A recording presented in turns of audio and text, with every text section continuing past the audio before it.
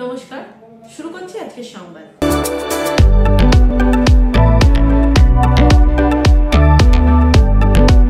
দল নির্দেশ দিয়েছে প্রতিটা অঞ্চলে করতে হবে বিজয় সম্মেলনী।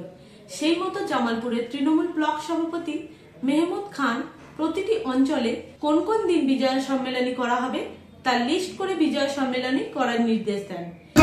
আপনি বুকে হাত দিয়ে বলবেন যে মাননীয় মুখ্যমন্ত্রী মমতা বন্দ্যোপাধ্যায় ছিলেন বলেই আজকে এখনো পর্যন্ত অনেক গরিব মানুষ আছে তার এখনো ওই রেশনের চালটা নেই, তারা কিন্তু তার সন্তানদেরকে মানুষ করছে।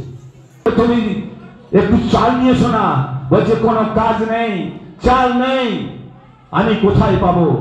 বাচ্চাটা খিদের জ্বালায় কাঁদতে কাঁদতে মায়ের কোলে ঘুমিয়ে গেছে।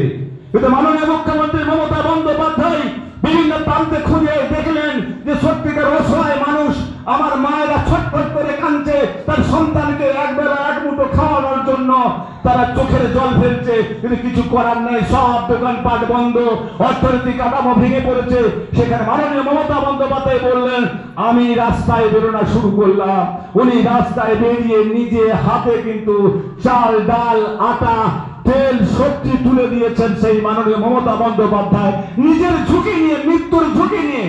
তখন কিন্তু আমরা কেউ বেরোইনি, হাতে গ্লাস লাগিয়েছি, আমরা নাকে মাস্ক লাগিয়েছি যাতে আমরা জীবনে বেঁচে থাকতে পারি। কিন্তু মাননীয় মমতা বন্দ্যোপাধ্যায় রাস্তায় বেরিয়ে দেখলেন সত্যি অনেক মানুষ হাহাকার, চোখের জল ফেলছে, কাঁদছে, দিদি আমরা খাবো কি?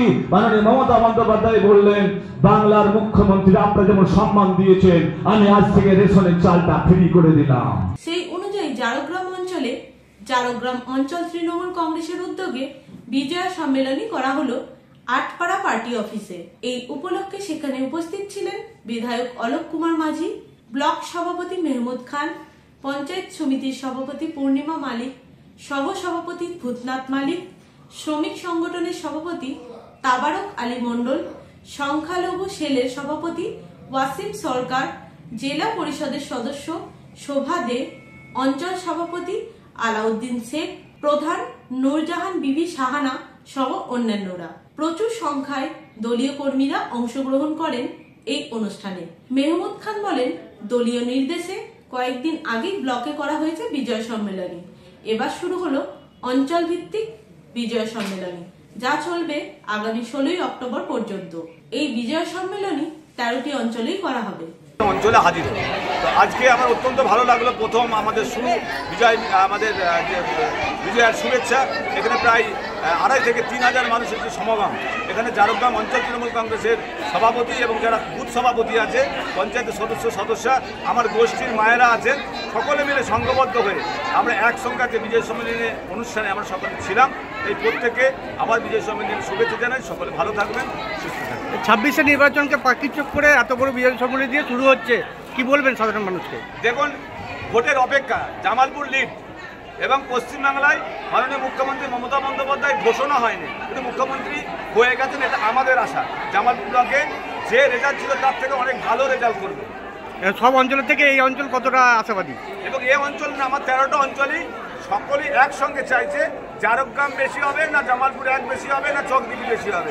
13টা অঞ্চলেই কিন্তু লড়াই চলছে, হারার নয়, কে কত লিড বেশি দেবে। সেই জন্য আমার 13টা অঞ্চলের সভাপতি এবং যারা 13টা অঞ্চলের প্রধান এবং সব উইংসের সভাপতিকে আমি বলছি একসঙ্গে লড়াই করে বিজেপি সিপিএমের বিরুদ্ধে কীভাবে আন্দোলন করতে হয়, সেটা 11 সাল থেকে লড়াই করে আমরা 98 সাল থেকে লড়াই করে আমরা পেয়েছি, তার 11 সালে তার রেজাল্ট। সেই ক্ষেত্রে আগামী দিনে মাননীয় মুখ্যমন্ত্রী মমতা বন্দ্যোপাধ্যায় আমরা যেন ব্যাপক সিট নিয়ে আমরা মুখ্যমন্ত্রীকে আমরা দেখতে চাই। নমস্কার, আমি সুকান্ত প্রামাণিক স্টেট কার্ড নিউজ রুম থেকে বলছি। এবার থেকে আমরা একটা নতুন অনুষ্ঠান শুরু করছি আপনাদের জন্য, সঙ্গে ডাক্তারবাবু।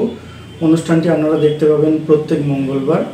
তবে সঙ্গে ডাক্তারবাবু থাকলেই হবে না, আপনাদেরকেও থাকতে হবে, আপনাদের জন্যই করা। এখানে আপনারা চিকিৎসা সংক্রান্ত বিভিন্ন বিষয়ে খুঁটিনাটি তথ্য জানতে পারবেন, যেগুলো হয়তো আপনাদেরকে কোনো না কোনোভাবে সাহায্য করলেও করতে পারে।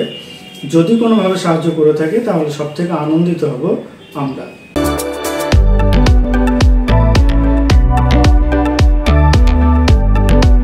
আজকের সংবাদ এই পর্যন্ত।